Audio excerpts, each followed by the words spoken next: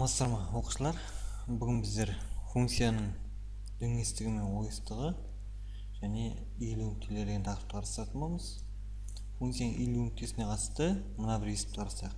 Яғни f от x тең болады x минус 4-тің 5 дәрежесі плюс 4 бөлінген x плюс 1 функциясын қарастырайық. Енді ол үшін біздер екінші ретті туынды табу керекпіз. Алдымен бірінші ретті туындысын табайық. Функциядан бірінші ретті туынды f от x f' от x тең болады 5-ші дәрежелі болғандықтан 5 алдына түседі, x минус 4-ті жақша жабылған, дәрежесі 1-ге келмейді, 4 болады. Плюс x плюс 1-дің туындысы ол 1-ге тең болады, оны 4-ке өткен кезде 4 болады. Ары қаратай функциядан екінші ретті туынды табамыз. f' от x тең болады. Енді қараңыз, тағы да туынды табылады. Ол дәрежесі алдына түсіп, 5-ті көбейтемін 4-ке, көбейтілген x минус 4 соған жазылады. Дәрежесі 1-ге келмейді. Және көбейтілген, мына жерде x минус 4-тің туындысы ол 1-ге тең болады, плюс 4-тің туындысы мына жерде ол 0-ге тең болады. Яғни санның туындысы 0-ге тең болады. Сонда ол 0 болып кетеді. Сонда бізде 20 көбейтілген x минус 4-тің 3 дәрежесінде болады. Енді иілу нүктесін табу үшін функцияны 0-ге теңестіреміз. Екінші ретті туындысын, яғни 0-ге теңестіреміз. Сонда былай болады. f' от 2x тең болады, ол 0-ге. Яғни бұдан бізде 20 көбейтілген x минус 4-тің кубы ол тең болады 0-ге болады. Ары қаратай x минус 4-тің кубын тауып алайық. Ол x минус 4-тің кубы ол тең болады бізде 0 бөлінген 20-ға тең болады. Ал бұл дегеніміз ол 0-ге тең. Сонда x минус 4-тің кубы бізде ол 0-ге тең болып тұр.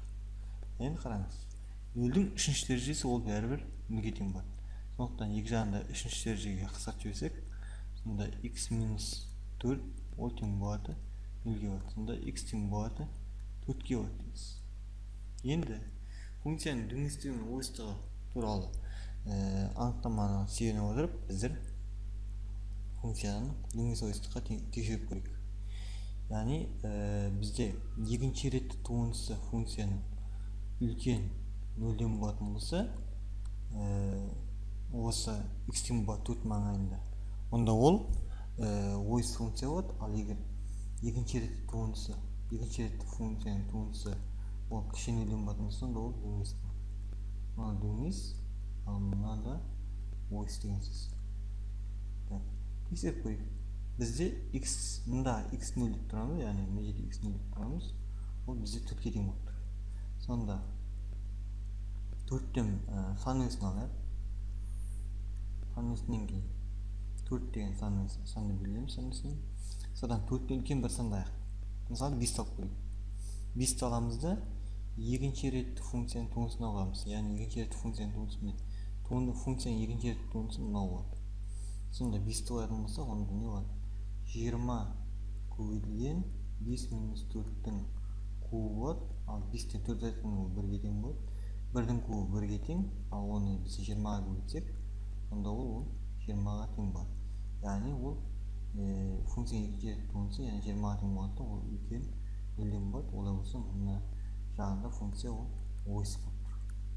Ары қаратай функциядан 4-тен кіші санды алатын болсақ, ол кезде мысалы 3 тауып көрейік. Онда 20 көбейтілген 3 минус 4-тің кубы ол тең болады. Мына жерде 3-тен 4-ті айтатын болсақ, минус 1 болады. Минус 1 20-ға көбейткенде ол минус 20 болады.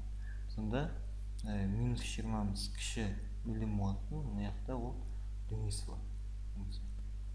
Сонда функцияның графигі мына координаталық жазықтық болатын болса, мында 4 деген нүкте болатын болса, онда қандай да функция, біздің беріп тұрған функцияның графигі мынадай түрде болатын тұр. Енді осы x тең болады 4-ке болғандағы y-тің мәнін табайық, яғни координасын тауып көрейік. Иілу нүктесінің координасы. Ол қалай болады? Мына 4 нүктесін аламыз да, берілген функциядағы x-тің орнына x-ның орнына 4-ті қоямыз. Сонда f от x мұнда жазайын, f от x тең болады 4 минус 4-тің 5 дәрежесі плюс 4 көбейтілген 4 плюс 1 болады. Ол тең болады 4-тен 4 айтқан кезде 0 болады, 0-дің 5 дәрежесі ол 0-ге тең, плюс 4-ке 1 қосқан кезде 4 болады, 5 болады, оған 4 көбейткен кезде 20 болады.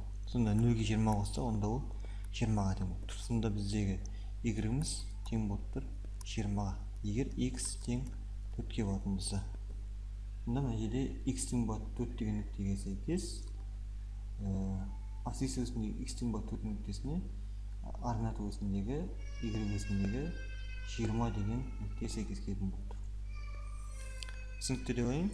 Сонда біздің функциямыз графигы мынадай дөңес деп тұрғанымыз, яғни мынау аралық, ал ойыс дегеніміз мынау. Яғни қысқаша айтып берейін. Ойыс деген сөз ішқиярдай кіріп жататын ойыс болады, ал дөңес деген мындай түрде шығады.